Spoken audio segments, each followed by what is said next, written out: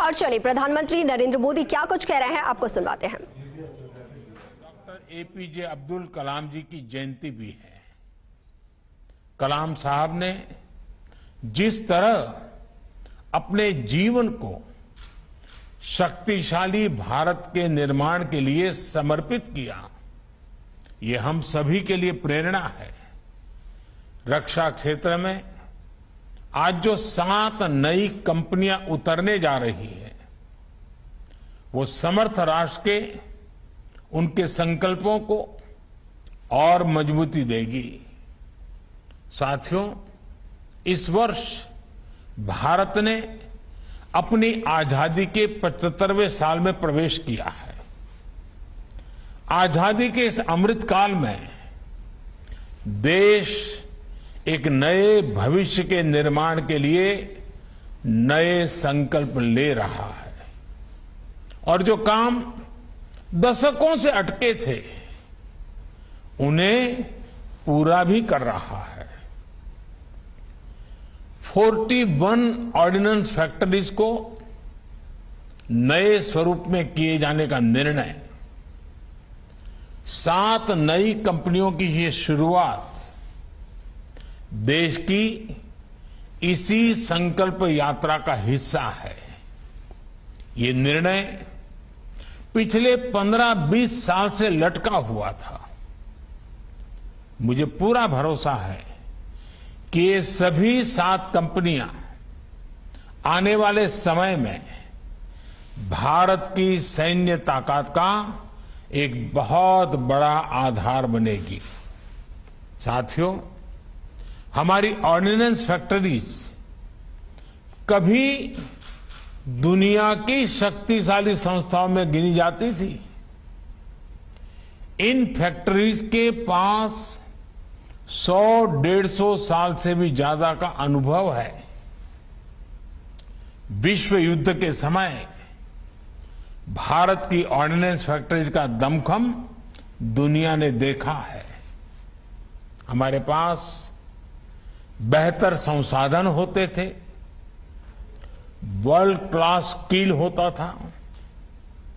आजादी के बाद हमें जरूरत थी इन फैक्ट्रीज को अपग्रेड करने की, न्यू एज टेक्नोलॉजी को अपनाने की, लेकिन इस पर बहुत ध्यान नहीं दिया गया। समय के साथ भारत अपनी सामरिक जरूरतों के लिए विदेशों पर निर्भर होता गया। इस स्थिति में परिवर्तन लाने में ये नई 7 डिफेंस कंपनियां बहुत बड़ी भूमिका निभाएगी। साथियों, आत्मनिर्भर भारत अभियान के तहत देश का लक्ष्य भारत को अपने दम पर दुनिया की बड़ी सैन्य ताकत बनाने का है। भारत में आधुनिक सैन्य इंडस्ट्री के विकास का है। पिछले 7 वर्षों में देश ने मेक इन इंडिया के मंत्र के साथ अपने इस संकल्प को आगे बढ़ाने का काम किया है। आज देश के डिफेंस सेक्टर में जितनी ट्रांसपेरेंसी है, ट्रस्ट है और टेक्नोलॉजी ड्रिवन अप्रोच है, उतनी पहले कभी नहीं थी। आजादी के बाद पहली बार हमारे डिफेंस सेक्टर में इतने बड़े रिफॉर्म्स हो रहे हैं। अटकाने लटकाने वाली नीतियों की जगह सिंगल विंडो सिस्टम की व्यवस्था की गई है। इससे हमारे इंडस्ट्रीज का कॉन्फिडेंस बढ़ा है। हमारी अपनी भारत की कंपनियों ने डिफेंस इंडस्ट्री में भी अपने लिए संभावनाएं तलाशना शुरू किया है और अब प्राइवेट सेक्टर और सरकार साथ मिलकर राष्ट्र रक्षा के मिशन में आगे बढ़ रहे हैं। यूपी और तमिलनाडु के डिफेंस कॉरिडोर्स का उदाहरण हमारे सामने है। इतने कम समय में बड़ी बड़ी कंपनियों ने मेक इन इंडिया में अपनी रुचि दिखाई है। इससे देश में युवाओं के लिए नए अवसर भी तैयार हो रहे हैं और सप्लाई चेन के रूप में कई एमएसएमईज के लिए नई संभावनाएं बन रही है। देश में जो नीतिगत परिवर्तन किया है उसका परिणाम है कि पिछले 5 सालों में हमारा डिफेंस एक्सपोर्ट 325% से भी ज्यादा बढ़ा है। साथियों, कुछ समय पहले ही रक्षा मंत्रालय ने ऐसे 100 से ज्यादा सामरिक उपकरणों की लिस्ट जारी की थी जिन्हें अब बाहर से आयात नहीं किया जाएगा। इन नई कंपनियों के लिए भी देश ने अभी से ही 65,000 करोड़ रुपए के ऑर्डर्स प्लेस किए हैं। ये हमारी डिफेंस इंडस्ट्री में देश के विश्वास को दिखाता है। बढ़ता हुआ विश्वास नजर आ रहा है।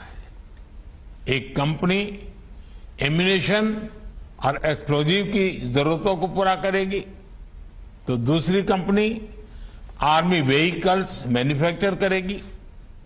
इसी तरह एडवांस वेपन्स और इक्विपमेंट हो, ट्रूप्स कंफर्ट आइटम हो, ऑप्टिकल इलेक्ट्रॉनिक्स हो या पैराशूट, हमारा लक्ष्य है कि भारत की एक एक कंपनी न केवल इन क्षेत्रों में एक्सपर्टाइज हासिल करे बल्कि एक ग्लोबल ब्रांड भी बने। कॉम्पिटिटिव कॉस्ट हमारी ताकत है।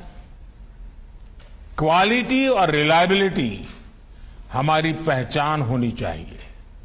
साथियों, मुझे विश्वास है कि इस नई व्यवस्था से हमारे यहां ऑर्डिनेंस फैक्ट्रीज में जो टैलेंट है, जो कुछ नया करना चाहते हैं, उन्हें अपनी प्रतिभा दिखाने के लिए पूरी स्वतंत्रता मिलेगी। जब इस प्रकार के एक्सपर्टीज को इनोवेशन का अवसर मिलता है, कुछ कर दिखाने का अवसर मिलता है, तो वो कमाल करके दिखाते हैं। आप अपने एक्सपर्टीज से जो प्रोडक्ट बनाकर दिखाएंगे वो भारत के डिफेंस सेक्टर की क्षमता तो बढ़ाएंगे ही, आजादी के बाद जो एक गैप आ गया था उसे भी दूर करेंगे। साथियों, 21वीं सदी में कोई देश हो या कोई कंपनी, उसकी ग्रोथ और ब्रांड वैल्यू उसके रिसर्च और इनोवेशन से तय होती है। सॉफ्टवेयर से लेकर स्पेस सेक्टर तक भारत की ग्रोथ, भारत की नई पहचान इसका सबसे बड़ा उदाहरण है। इसलिए मेरा सभी 7 कंपनियों से भी विशेष आग्रह है कि रिसर्च और इनोवेशन आपके वर्क कल्चर का हिस्सा होना चाहिए, उसको प्राथमिकता मिलनी चाहिए। आपको केवल दुनिया की बड़ी कंपनियों की बराबरी ही नहीं करनी है, बल्कि फ्यूचर टेक्नोलॉजी में लीड भी लेनी है। इसलिए ये जरूरी है कि आप नया सोचें, रिसर्च ओरिएंटेड युवाओं को ज्यादा से ज्यादा मौका दें, उन्हें सोचने की पूरी छूट दें। मैं देश के स्टार्टअप से भी कहूंगा, इन 7 कंपनियों के जरिए आज देश ने जो नई शुरुआत की है, आप भी इसका हिस्सा बनिए।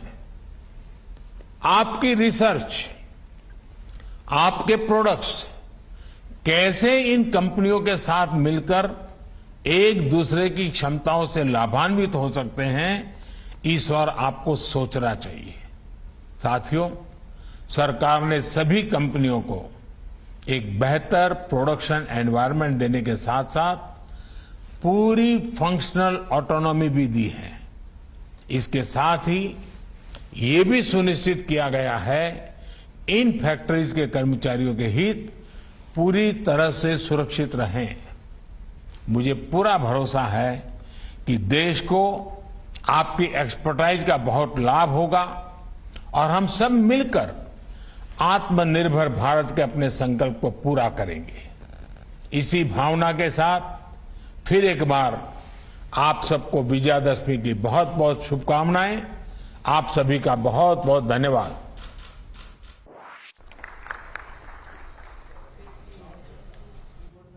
तो रक्षा क्षेत्र में देश को और मजबूत और सशक्त बनाने के लिए केंद्र सरकार की तरफ से ये 7 कंपनियों की सौगातें आज देश को दी गई है। 7 रक्षा कंपनियां आज देश को सौंपी गई हैं और प्रधानमंत्री नरेंद्र मोदी को आप यहां पर सुन रहे थे। विजयदशमी की भी उन्होंने शुभकामनाएं दी।